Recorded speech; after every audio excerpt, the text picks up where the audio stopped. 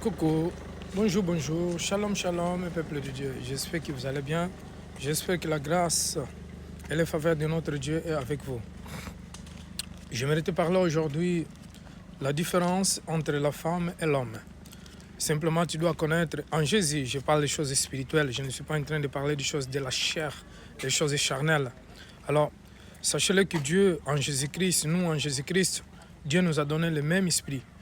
La Bible nous déclare que il n'y a plus ni homme ni femme, donc nous sommes tous nés en Jésus-Christ.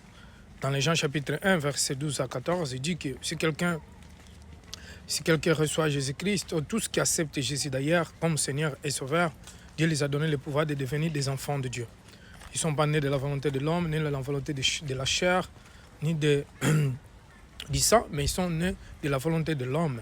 Alors, et aussi, 2 Corinthiens chapitre 5, verset 17, il dit que si quelqu'un est en Christ, il y a une nouvelle créature et les choses anciennes sont passées. Alors, nous devons comprendre une chose que en Jésus, nous sommes tous des enfants de Dieu. Nous sommes tous des citoyens du ciel.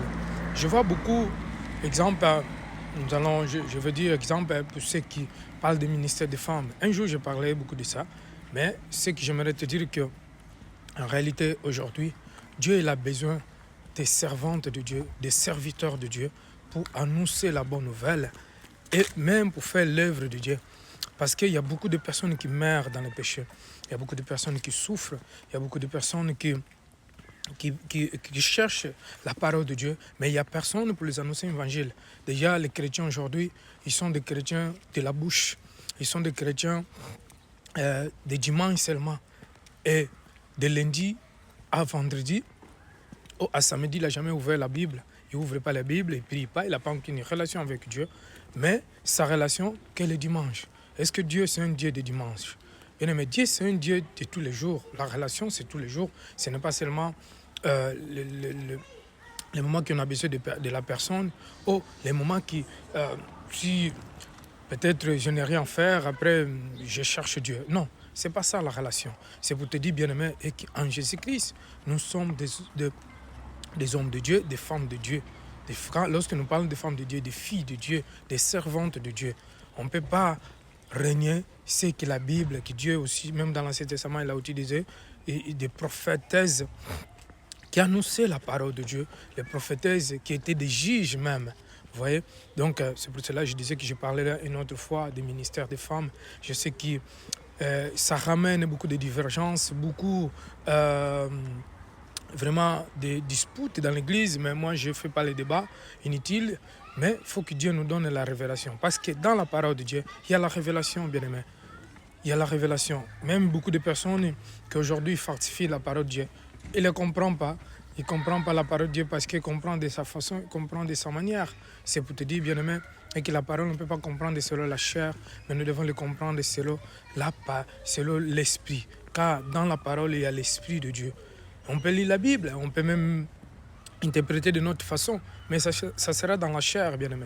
Nous devons vraiment comprendre, faire les efforts pour que nous puissions comprendre la parole de Dieu spirituellement. Parce que Dieu est esprit et tout ce qui est écrit dans la parole, c'est l'esprit vie. Car Jésus dit dans les Jean 3, 16 et 63, il dit que la parole que je vous dis, c'est l'esprit et vie. Si la parole est esprit et vie, donc dans la parole il y a l'esprit, ce n'est pas la chair. On ne peut pas comprendre les choses selon la chair. C'est pour cela, bien-aimé, je disais, j'aimerais encore te dire que Dieu il a besoin des serviteurs, des servantes de Dieu, ceux qui veulent servir de Dieu, ceux qui veulent annoncer la parole de Dieu, ceux qui veulent qui aiment porter la bonne nouvelle partout dans le monde. C'est pour te dire, bien-aimé, et que Jésus-Christ, il a besoin des hommes et des femmes, ceux qui ont le cœur de les servir, ceux qui ont les ailes d'annoncer la parole de Dieu partout dans le monde. Soyez bénis, bien-aimés. C'est tout ce que j'aimerais pour te dire, que Jésus-Christ t'aime. Jésus t'aime, il veut que tu le serves. N'attendez pas. N'attendez pas demain, n'attendez pas après-demain, mais c'est aujourd'hui même que tu dois prendre la décision pour servir ton Dieu, ton Créateur. Sois béni.